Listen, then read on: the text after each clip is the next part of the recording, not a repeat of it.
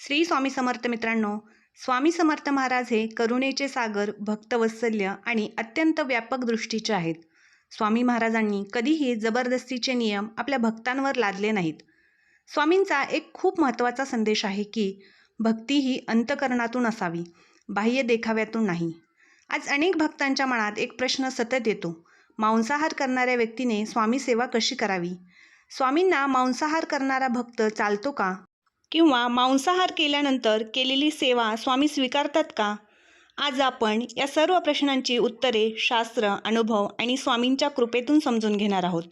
तेव्हा व्हिडिओ शेवटपर्यंत नक्की पहा. आवडला तर लाईक करा, शेअर करा.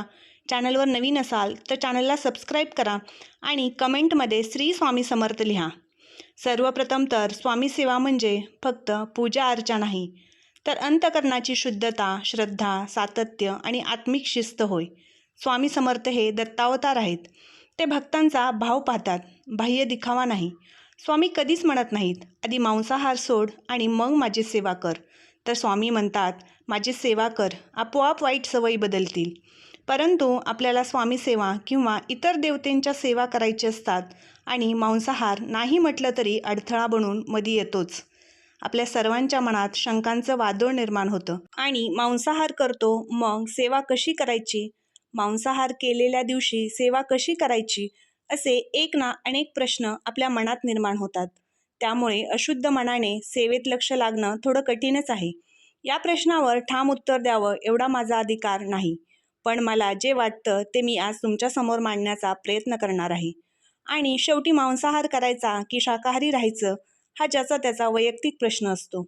मांसाहार करतो म्हणून तो व्यक्ती वाईट असं कधीच होत नाही. शाकाहारी घेणारा माणूस हा आचार, विचार आणि कर्माचे चांगला आणि मांसाहार घेतो म्हणून तो वाईट असेही नाही.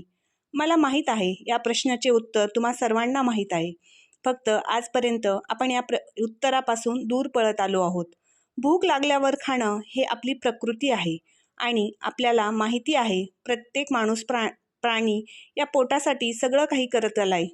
पण मग आपल्यासाठी शाकाहारी योग्य की मांसाहार योग्य या भानगडीत आपण न पडता, त्याची शास्त्रीय माहिती न शोधता स्वामी सेवा करत असताना मांसाहाराचा अडथळा कसा येतो याची चर्चा आजच्या व्हिडिओमध्ये आपण करूयात.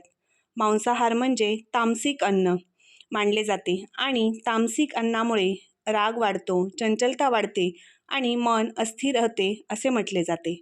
परंतु सर्व दोष अन्नाचा नसतो. काही दोष अन्न ग्रहण करणाऱ्याच्या मनाचाही असतो. योग्य अयोग्य हे मी काही सांगणार नाही, याचे उत्तर तुमच्या जवळच आहे. आपण फक्त मांसाहार हा स्वामी सेवेतला अडथळा कसा हे पाहूया. आपल्या सगळ्यांना स्वामी समर्थ सेवा करायची असतेच, पण मांसाहार शब्दामुळेच आपली बऱ्यापैकी मानसिकता नकारात्मक होते. आपल्याला मनापासून वाटते सेवा करावी आणि दुसरीकडे असा अशुद्ध भाव नको हेही वाटते. जेव्हा आपण शुद्ध शाकाहार घेतो त्यावेळी आपल्या मनात कुठल्या शंका कुशंका नसतात, पण जेव्हा तुम्ही मांसाहार करता तेव्हा तुम्ही मानसिकदृष्ट्या स्वतःला अयोग्य समजता आणि तेव्हा आपल्या इष्टदेवतेची, आपल्या स्वामींची सेवा करणं, भक्ती करणं अयोग्यच असतं.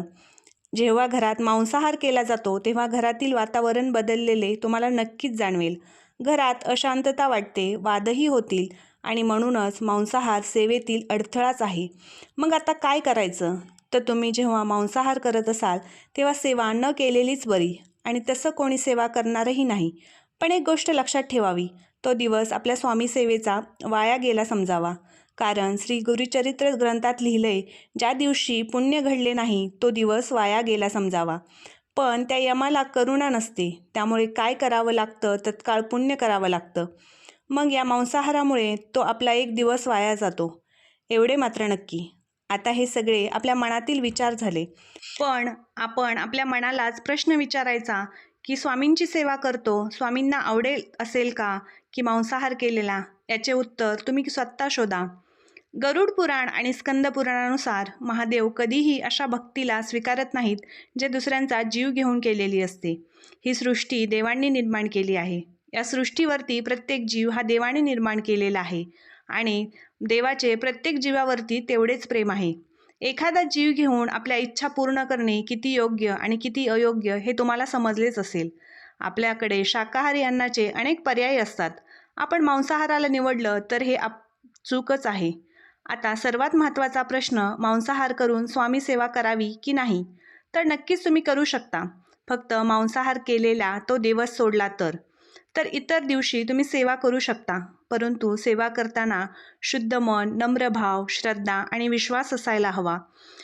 जर मन शुद्ध असेल, भाव खरा असेल आणि श्रद्धा असेल तर स्वामी फक्त मांसाहार करतो या एका कारणावरून आपल्याकडे कधीच पाठ फिरवत नाहीत. तुम्ही जर मांसाहार करत असाल आणि स्वामी सेवा करत असाल तर हे काही नियम तुम्ही नक्की पाळा. स्वामी सेवा, गुरुवार, पारायण, नवस सेवा, अमावस्या, पौर्णिमा या दिवशी सात्विकच अन्न घ्यावे. स्वामी सेवा करण्याआधी शुद्धी करावी, स्नान करावे, स्वच्छ कपडे घालावे आणि मन शांत ठेवावे. मांसाहार केल्यानंतर थेट स्वामींची सेवा करू नये, तर 12 ते 24 तासानंतर स्वामींची सेवा चालू करावी. स्वामी सेवा करत राहिल्यास एक सुंदर अनुभव आपल्याला येतो आणि आपल्यातील वाईट गोष्टी आपोआप कमी व्हायला लागतात. अनेक भक्तांस हा अनुभव येतो की मांसाहार करण्याची इच्छा कमी होते, मन शांत होऊन चिडचिडही कमी होते. स्वामी कधीही जबरदस्ती करत नाहीत, परंतु आपोआप हे परिवर्तन घडून येते. फक्त मन शुद्ध हवे आणि भाव खरा असायला हवा. स्वामी सेवेत एक नियम महत्त्वाचा असतो की खोटेपणा आणि देखावा करू नये. हे स्वामींना कधीच आवडत नाही. तसेच जर तुम्ही मांसाहार करत असाल आणि स्वामी सेवाही करत असाल तर मनात कुठलीही अपराधी भावना ठेवू नका. सेवा अशीच चालू ठेवल्यामुळे हळूहळू परिवर्तन हे नक्कीच घडते. आजचा हा व्हिडिओ तुम्हाला कसा वाटला कमेंट करून नक्की सांगा. व्हिडिओला आवडला असेल तर लाईक करा, शेअर करा आणि चॅनलवरती नवीन असाल तर चॅनलला सबस्क्राईब नक्की करा. कमेंटमध्ये श्री स्वामी समर्थ लिहायला विसरू नका.